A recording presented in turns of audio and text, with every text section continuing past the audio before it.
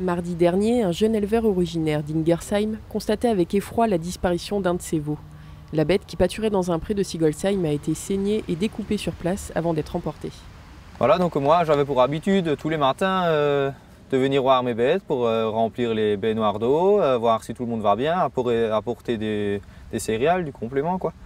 Et puis quand j'arrive ce mardi matin-là, j'entends une de mes vaches qui était en train de gueuler quoi. Et puis c'était impressionnant, hein, c'était vraiment pas un comportement habituel quoi.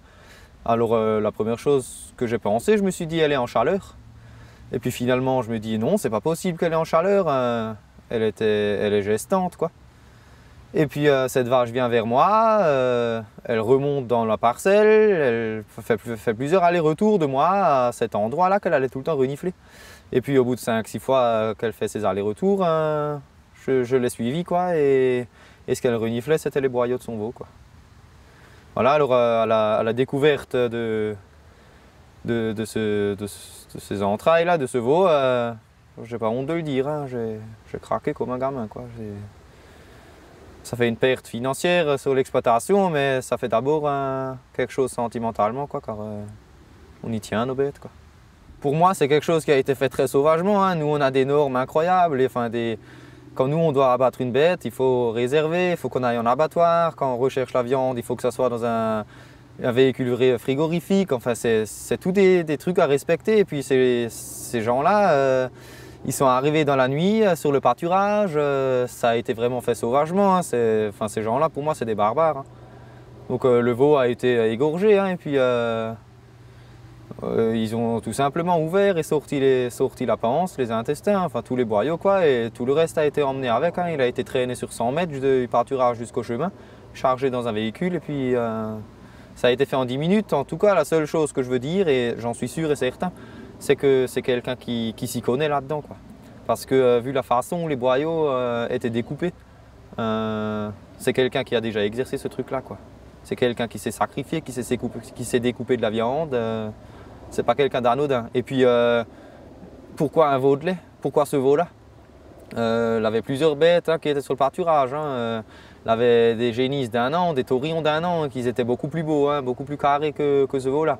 Et pourquoi le veau de lait? Pour moi, c'est quelqu'un qui s'y connaissait, hein. La viande de veau de lait, c'est recherché, c'est très cher. Et puis voilà, c'est évident que c'est pas un hasard, quoi. Ce jeune éleveur pluriactif de 20 ans s'est installé à son compte en janvier dernier avec l'objectif de valoriser sa production de viande au sein d'un restaurant tenu par son père à Ribeauvillé. Ce vol est maintenant déjà le 4e qu'il subit. Donc le premier vol, c'était tous les lapins. Alors j'ai trouvé ça super étonnant, hein. On avait, comme un peu dans toutes les exploitations, hein, on avait quelques lapins, quelques poules. Les lapins, au lieu de prendre les adultes qui étaient déjà bons pour la consommation, ils ont même pris les petits qui avaient 15 jours, quoi. Alors je me dis dans quel but prendre des petits lapins comme ça quoi. Et puis 3-4 jours après, on m'a volé toutes mes poules. Alors là c'est pareil, hein, on va dire que c'est que des poules, mais bon hop, on y tient, on les a élevées. Moi j'ai fait couver ces œufs en couveuse quoi, et puis on les a pris on les avait tout petits quoi. Et puis ensuite avec les poules, ils ont pris un groupe électrogène, ils ont pris une pompe à eau. Donc ils avaient repéré les trucs, hein, ils étaient organisés, hein. Et la 3e fois, ils nous ont pris encore les oies et ils ont encore pris un veau, quoi. Donc ce premier veau qu'on m'a volé, c'était un veau de 2 mois, hein, qui était pas... Il buvait encore du lait au biberon, hein, je nourrissais encore ça au biberon.